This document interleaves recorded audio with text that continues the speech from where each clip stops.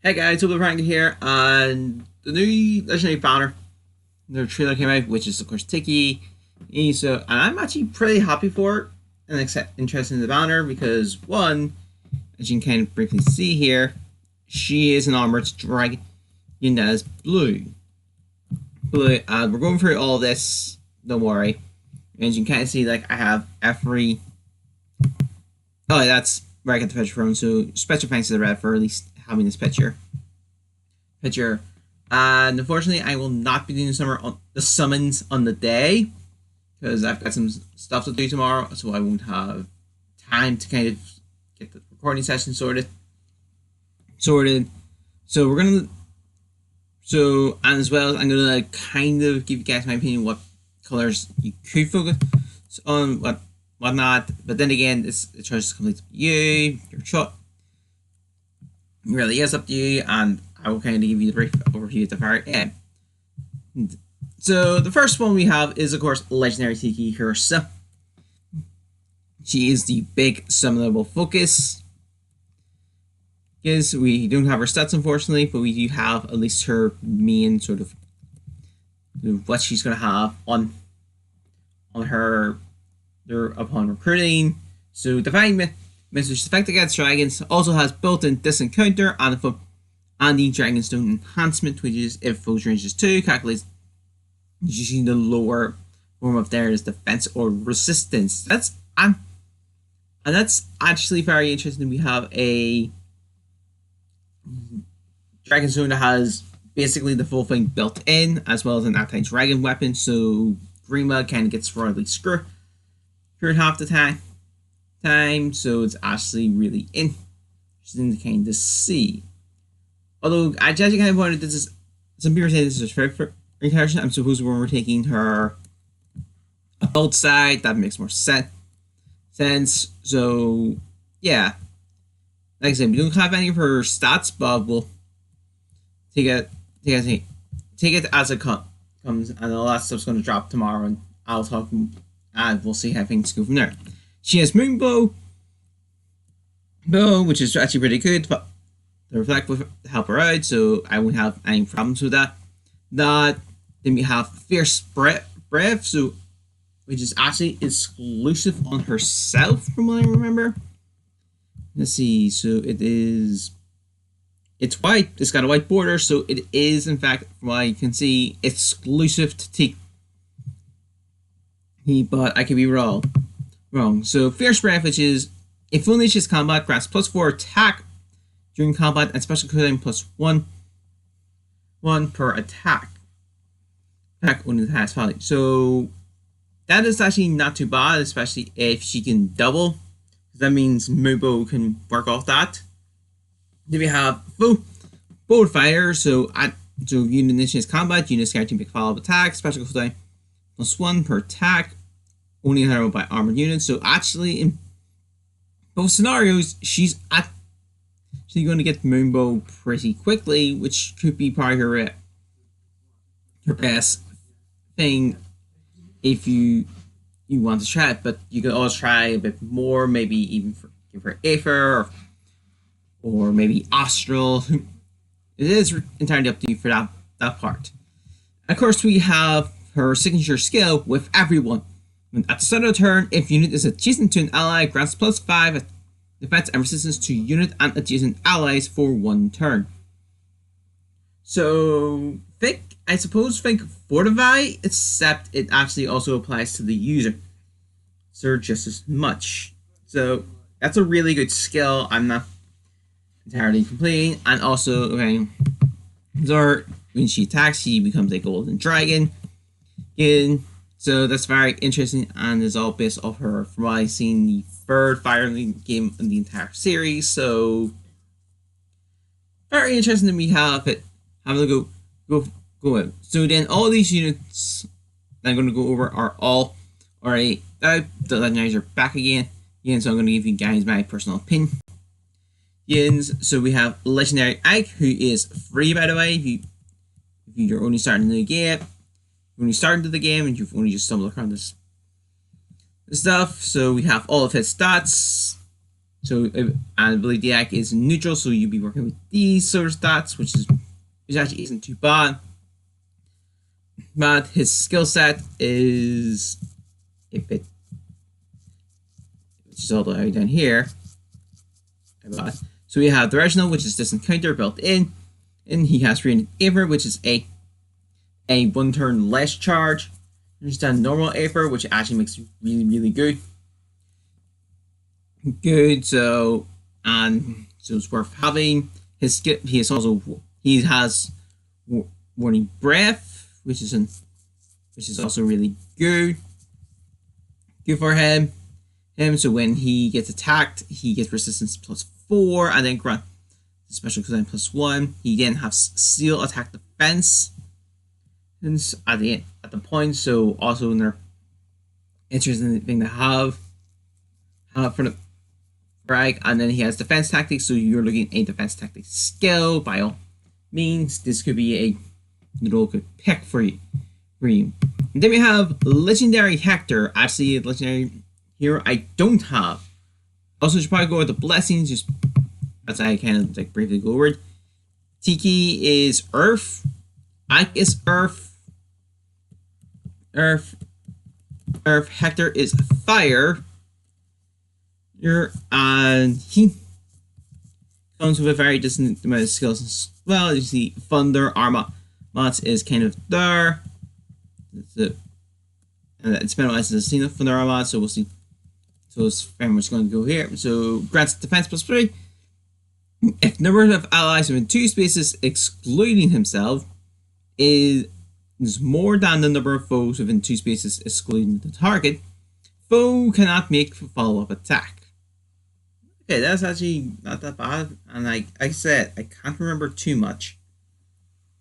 And it's also the only legendary hero. It's one of the few legendary heroes I don't have. I think the other is Guriet and Ryoma. I think that's it. Then he has Draconic Aura, which actually works for him, so there's no debate about that. Then his skills, he's Disencounter there, I mean that's just before I've at least mentioned this encounter, it's both on Ike and Tiki, which are both really good skill. It's a really good skill on the weapon and still really good on its own, except you are giving up an A slot, just be aware of that. If anything, just kind of go with what you think it's really notable. Well, and I'm curious on that. If you guys are considering putting this encounter on somebody who may with it, like I've seen people put it on Levitain, so yeah. Also, just off topic for this one is Jeremiah Summons. On Monday, I pulled 2 Levitains. I'm keeping the one that has not his attack. It's attacks a bit more vital than anything. So then we have a Vengeful Fighter, which is when unit's HP is below 50% and foe initiates combat, unit is guaranteed to make a follow-up attack and grants special cooldown +1. So yeah, I think it's HP above. I don't know. Well, at least just consider it either above or below. I think it's below 50%, but I could be wrong. I'm probably just gonna, but probably for the most case, I will say. No, I'll stick with the thing and say if it's above. But again, correct me if I'm wrong on that one, please do. So you have Osir's Pulse. So at the start of the turn, grants special cooldown -1 to all allies, granted only if the number of allies movement type of the current team is less than 2. Yeah, I think it's that way, but anyway. So Osir's Pulse is really good for him, and it kind of works for his benefits. So yeah, so I actually can't have any complaints about that. Overall, Legendary Hector is still a legendary hero, and I might be trying for him if I get Legendary Tiki early enough. So yeah, with that being said, Legendary Robin. Can she please leave us alone? I mean, literally, since she's been put into the banner, she has been back on every single banner. And from what I can remember, again, correct me on this, please, is that she is at least going to leave us next month, please. Intellisystems, I do not want. I kind of keep hitting to see Grima pop on legendary banners. At least give us a new colorless one. And now that I think about it, I think that's also sort of the core reason that Luciana got hit, because Grima's also in the banner, which means that the legendary heroes were pretty much 50% awakening. In fact, and even this banner, it's spread. Every other one, it's spread it out. So yeah.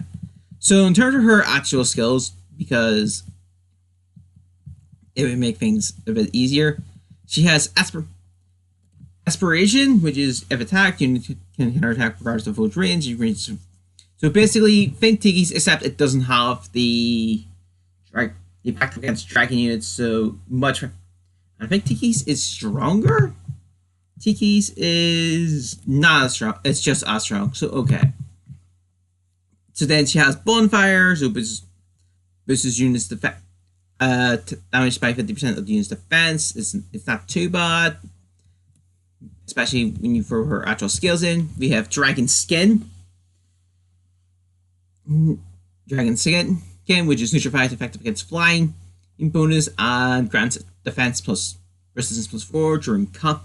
But if the foe initiates its combat, not too bad. It's good, and it's that when she's facing against a team that's specifically designed to take out dragons, in which case that's a fair. All you're using that for is just the additional defense and resistance. Yes. Then she has Console Affinity, so any weapon triangle advantage granted by the unit skill is also negated. It also negates any weapon when triangle ability granted by full skill. It's alright, it's not too bad, but it's not too good. And she has Resistance Smoke, which is okay. It's resistance -7. Sorry. To foes within 2 spaces after battle. So yeah. Aside from that, we have the additional sort of units. So I'm going to kind of go over and sort of the colors of my least to most, and of course we're going to have this kind of work off. So straight at the bat, I'm going to say that colorless is practically just not the best color. If you already got Grima, you don't need to go back to the banner unless you want a +10 to Grima, but in which case you're continuing with a Marble who is who's okay. I mean, try. Her signature staff is quite amazing. It's quite good. Is of course the Trilemma, which is automatically grants the weapon triangle bonus stuff, so it's not too bad. She's Mortal, Miracle, Dazzling Staff, and Staff Valor, so I suppose it's not. I mean, just compared to the other, I would normally say it would be not too bad, but in this scenario, yeah, it's kind of the exact opposite of that. We have Jafar. I mean, it's Jafar. He's not. Dagger units kind of have their niche in certain scenarios, and he's pretty okay. He's pretty alright. He's not exactly screaming to be a good one. And of course, said that attacker, as you can see, can be upgraded. He's got Clever. He's got Life and Death. So if you guys want Life and Death and maybe Frightened Speed, that's all he can really provide. But aside from that, though, the next color I would consider there is actually going to be red. Actually, and that's yeah, would be red.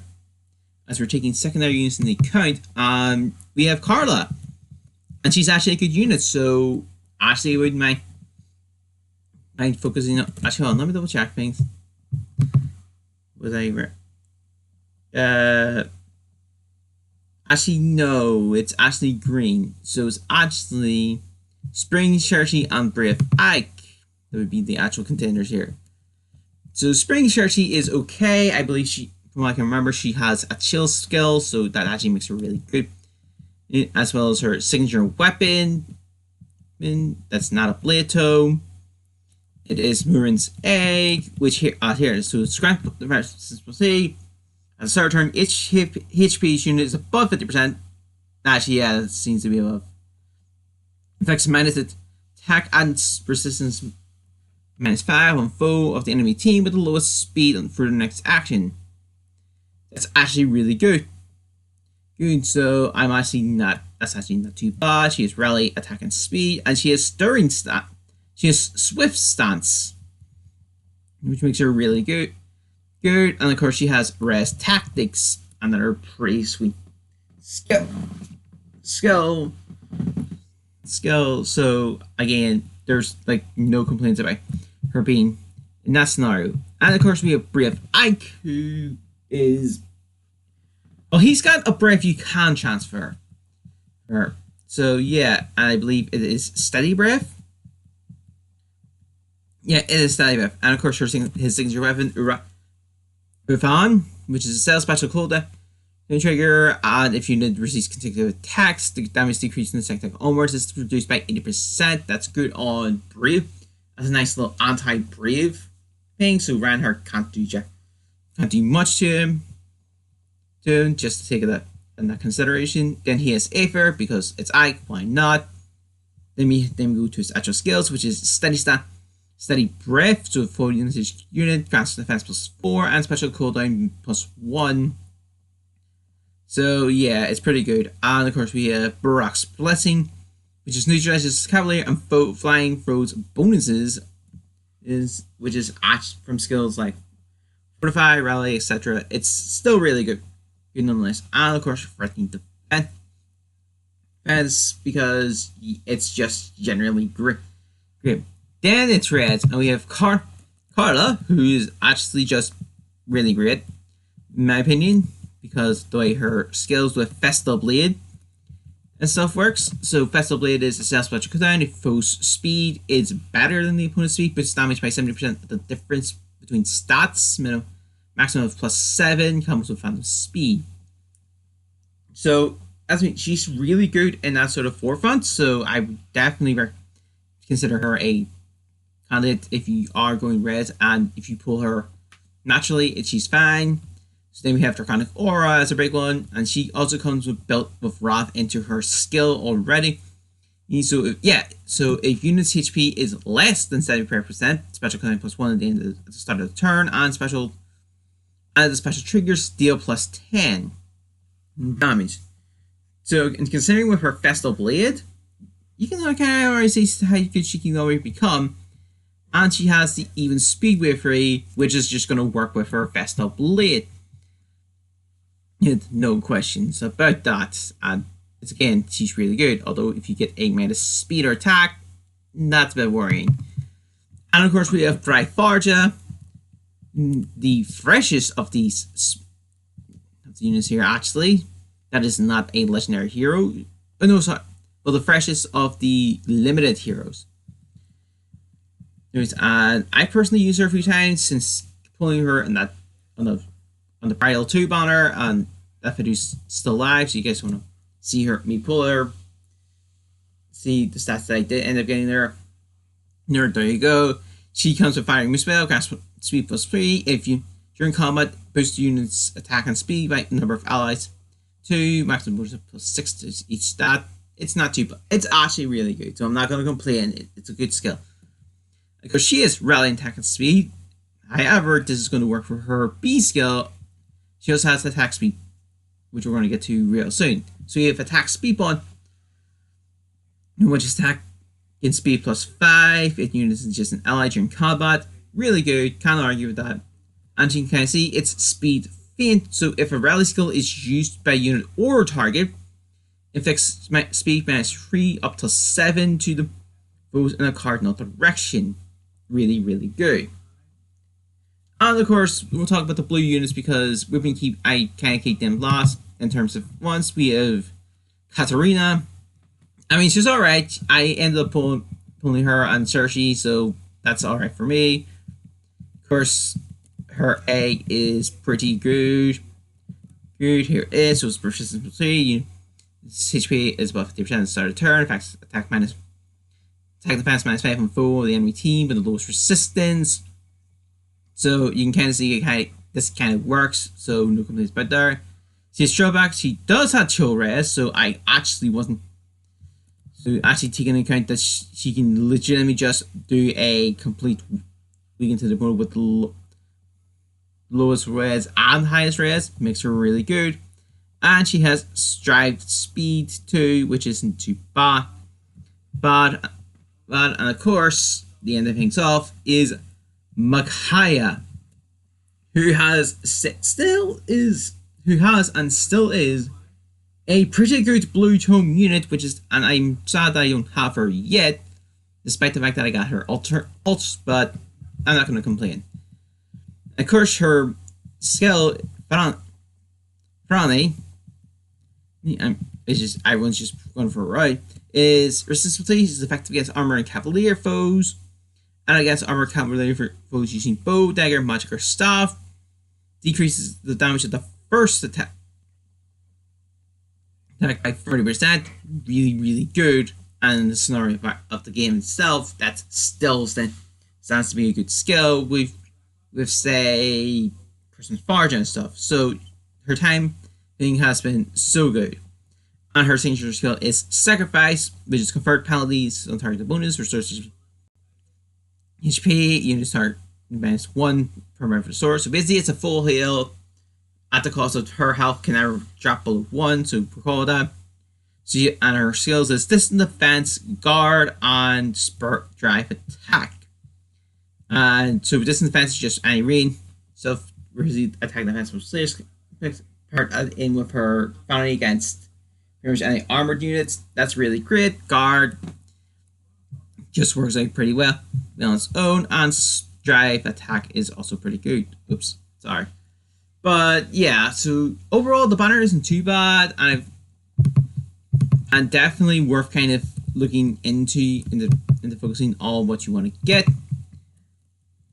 get, and sort of I've already given my opinion. So just to recap the opinions on, your least focus would probably be the colorless. Your third focus would either be green or your third or second, depending on your choice here. And this is provided you already have everything from the blue banner, or you get to Tiki and you don't want a +10er. Would either be the red or green, vice versa, and vice versa, and of course blue being the top one. But what do you guys think? What kind of colors do you go for? And if you pull Tiki really early, what's your thoughts on that? Let me know in the comments, and I will. In terms of Fire Emblem cons, I will do one on Saturday because I'm busy. On the recap part now, is I'm busy the other 2 days. I might get the summon done on the Friday, but I'll put it up on Saturday because I like sort of to do mobile contents in the morning my time. Alright, that's it for the video. I'll see you all next time. Bye.